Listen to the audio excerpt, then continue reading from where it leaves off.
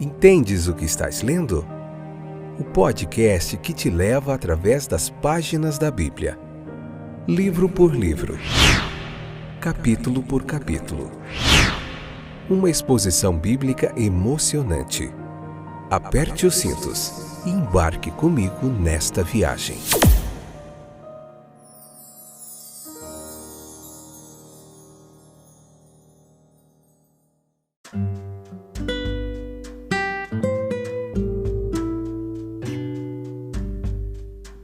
Olá, eu sou o Fábio e este é mais um episódio do podcast Entendes o que estás lendo. Jesus é bom demais.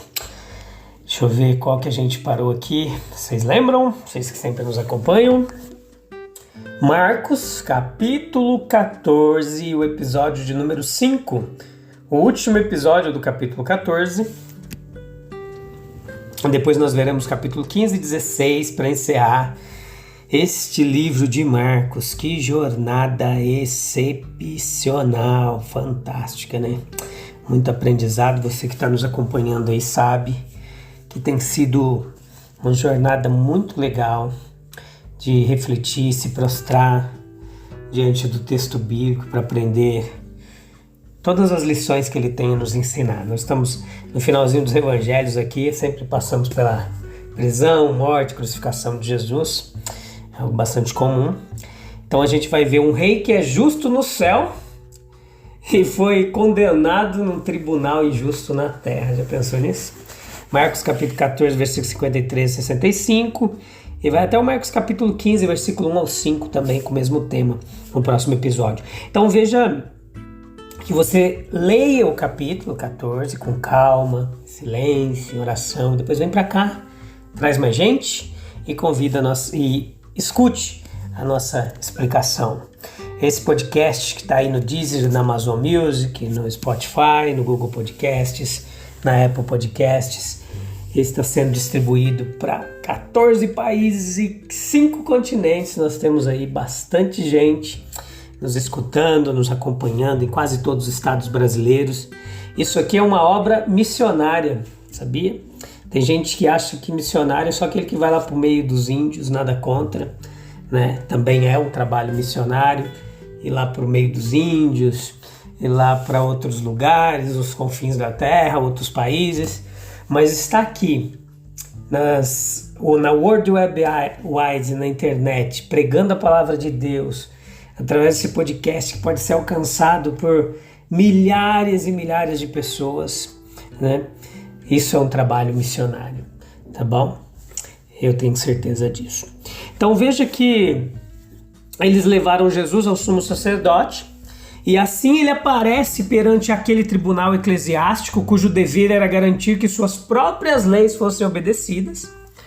E aquele que é o verdadeiro juiz, ele é denunciado perante aquele que vai, na verdade, provará ser o verdadeiro culpado. Uma acusação deve ser feita para que ele fosse condenado. Veja que mesmo aquele tribunal injusto deram um jeitinho ali. Os principais sacerdotes, todo o conselho, buscaram testemunhar contra Jesus. E ali os seus esforços foram vãos, porque embora muitos testemunhassem falsamente contra ele, ainda assim o testemunho deles não concordava. Então, com franqueza, o sumo sacerdote o interrogou fazendo a importantíssima pergunta: és tu o Cristo? O Filho do Deus bendito? E então, em humildade, deu mais testemunho da verdade, dizendo: em breve vereis o Filho do Homem assentado à direita do poder e vindo sobre as nuvens do céu. Com raiva e indignação, o sumo sacerdote rasga suas roupas e declara que suas palavras são uma blasfêmia. O que só poderia ser verdade na suposição de que ele estava prestando um falso testemunho. Então ele apela para o julgamento. E o testemunho universal qual que é ali? Ele é digno de morte. Então o tribunal eclesiástico o condena ali. E logo pela manhã, após a devida consulta por parte de todo o conselho, eles amarraram Jesus. E é igualmente necessário ler os registros à luz de várias outras passagens bíblicas, como os escritos de Paulo, e outros, especialmente aos Hebreus, que nos traz mais detalhes. E lá nós vemos que o fim para o qual foi projetado deve ser respondido por sua aparição, como um cordeiro diante de seus tosqueadores, mudo. Mas o julgamento de Jesus é realmente o julgamento de seus acusadores. Ele é indiciado e por quem sua sentença é pronunciada. Vemos nele a condenação mais humilhante. De si mesmo por sua condenação injustificada passada pela nação judaica sobre sua vítima inocente. Até Pilatos ele declarou que não encontrou falta nele e nem o teria entregado se não tivesse sido perseguido por fanáticos, cujas sensibilidades ele temia em sua fraqueza. Esse repúdio à verdade, esse desprezo à santidade, meus queridos ouvintes, santidade exibida na vida daquele que se tornou o tipo de justiça do mundo. E essa revolta da vontade do Pai, conforme declarada nos escritos dos profetas reconhecidos, os condena como filhos do erro, da impiedade e de uma desobediência perversa. O primeiro julgamento de Jesus, vamos lá. Optima corruptio pessima. Essa expressão latina. Ela diz de forma breve uma grande verdade. A corrupção dos melhores é a pior corrupção que existe. O juiz que deveria representar na terra o tratamento igualitário de Deus, ele pode transformar o nome da justiça em escárnio. Acha que pode. Os cargos que ocupam não influenciarão os homens para o correto se o coração não estiver correto. Sob o nome e o traje de juiz, mestre, os homens às vezes ocultam as piores paixões, os piores pecados e os instintos mais arbitrários. Os extremos também se encontram na vida humana. Somente em Deus os nomes e as realidades se correspondem perfeitamente. O Salvador é aqui feito para parecer um impostor. A majestade do Salvador ela aumenta na proporção em que ele é atacado.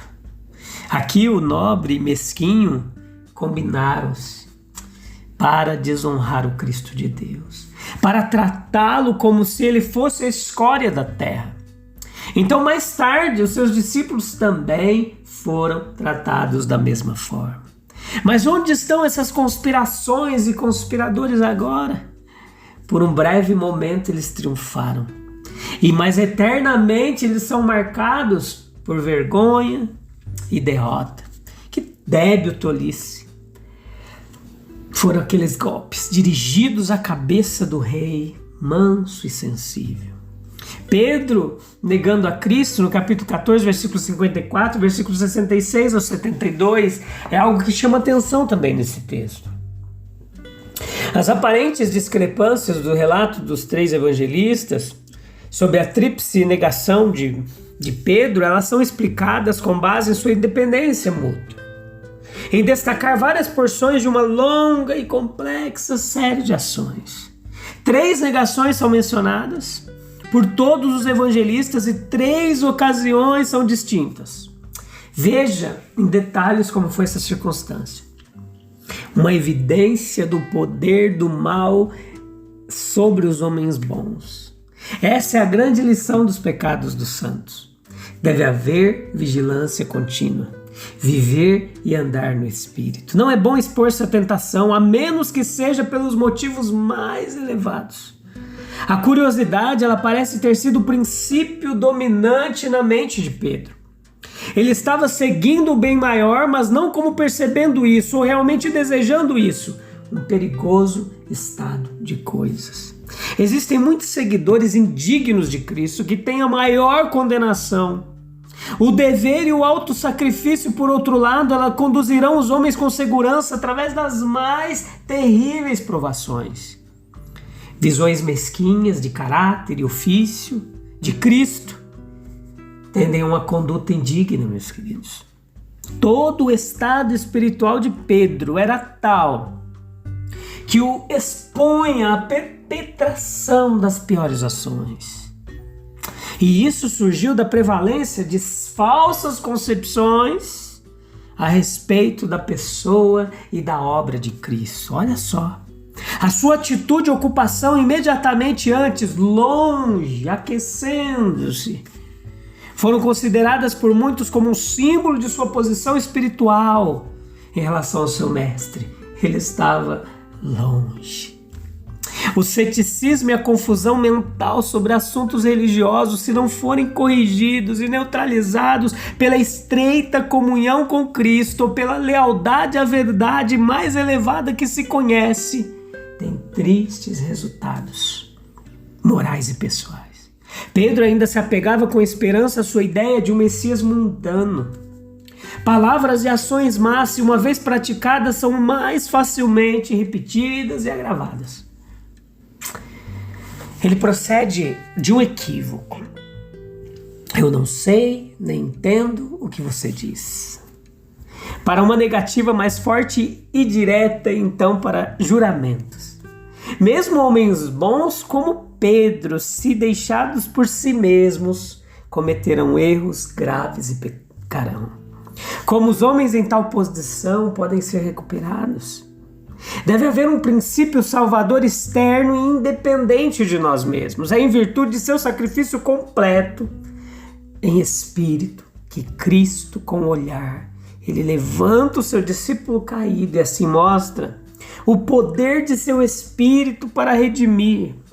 Veja que em conexão com esse poder sobre o espírito e a consciência, os maiores pecados podem ser pontos decisivos de arrependimento.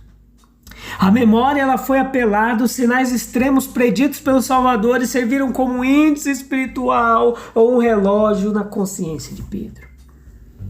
O canto do galo também contém um elemento de esperança. Marcou o alvorecer de um novo dia, de devoção e iluminação. Ele estava seguindo de longe. Vale a pena a gente parar nesse versículo 54, capítulo 14. Seguindo de longe. A história de negação de Pedro não é omitida por nenhum dos evangelistas. Eles estavam mais ansiosos pela verdade do que pela reputação. Eles colocam diante de nós o discípulo mais forte em seu momento mais fraco, sem uma palavra de admiração, de culpa ou desculpa. O nosso texto ele indica o estado de espírito que o levou à queda. Ele estava apenas começando sua descida às profundezas da vergonha, porque ele seguiu de longe, ele encontrou a porta da casa fechada contra ele, separando de João e de seu Senhor. Do lado de fora, sozinho, no escuro, ele ficou mais desanimado ao refletir que Jesus estava no poder de seus inimigos e que qualquer tentativa de resgate havia sido repreendida por ele mesmo. Então, quando João saiu, ele havia perdido a esperança e ainda estava longe de seu Senhor em meio a seus inimigos. Alguns motivos que devem ter induzido Pedro a seguir Jesus ali, de perto, ao mesmo tempo um pouquinho mais distante. Quando Jesus perguntou, quereis vós retirar-vos também? Pedro deu uma resposta nobre. Quando uma série de advertência foi proferida algumas horas antes disso, ele exclamou, embora todos se ofendam, Jesus, eu não vou fazer, eu vou ficar firme. A reconhecida liderança de Pedro sobre seus irmãos foi outra razão para seguir a Jesus.